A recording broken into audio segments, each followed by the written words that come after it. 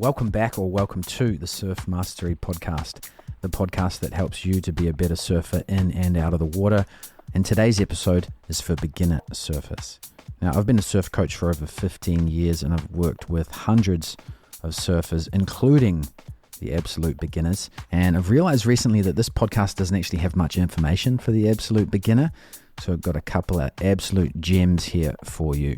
Tip number 1 is to stop paddling for waves.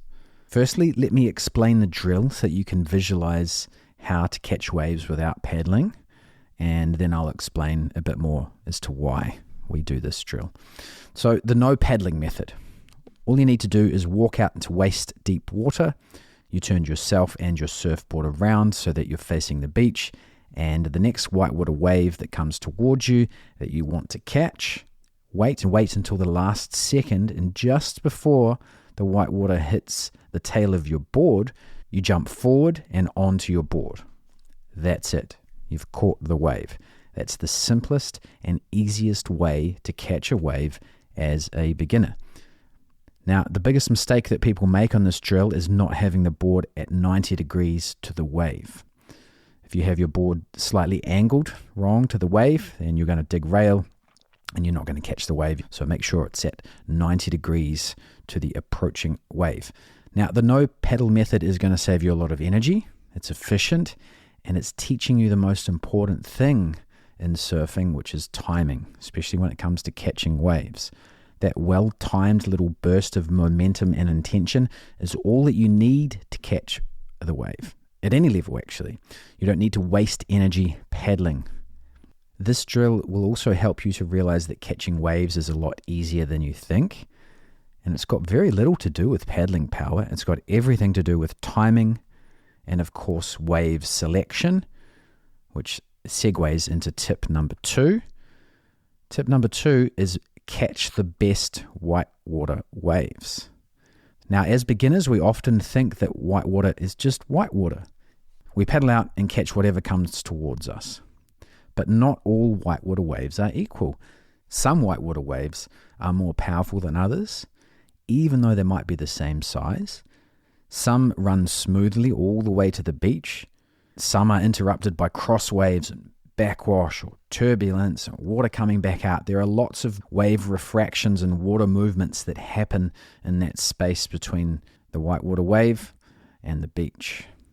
So your job as a beginner isn't simply to catch the whitewater, it's to catch the best whitewater waves.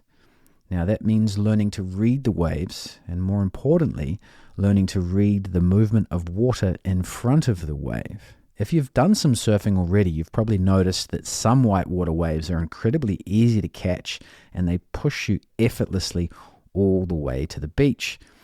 Other ones just seem to have no power at all, or some are messy, unpredictable, and even chaotic.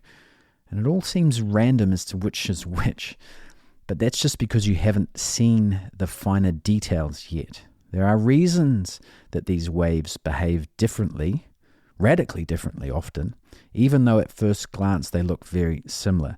And your job is now to start observing those reasons. Generally, you're looking for the stronger whitewater waves that have smooth, uninterrupted water in front of them.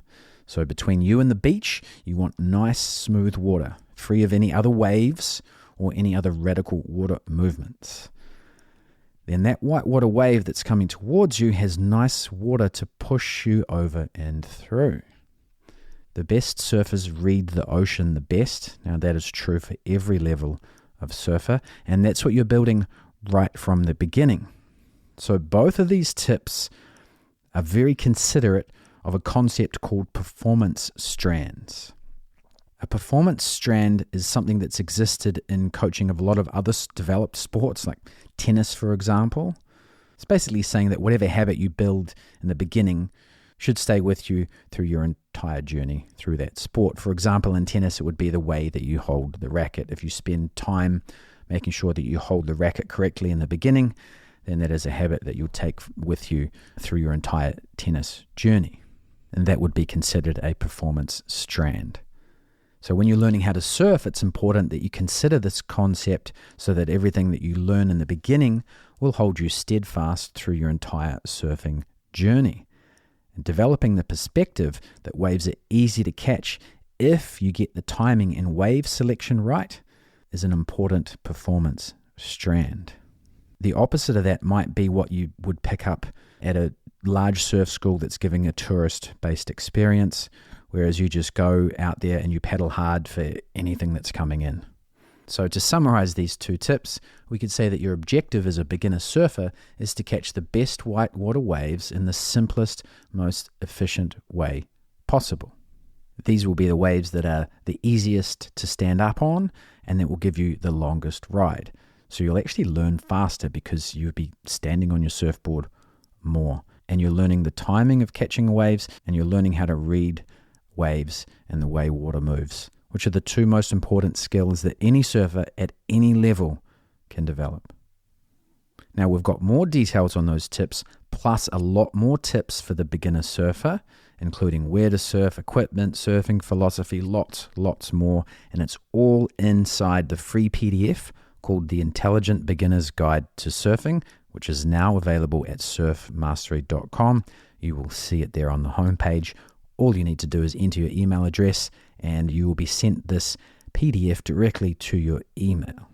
If you enjoyed this episode, please share it with a friend. And if you're new to the podcast has a 10-year back catalogue of timeless episodes full of surfing advice. So I urge you to go all the way back to episode number 1. And I hope surfing stays with you. Until next time, keep surfing.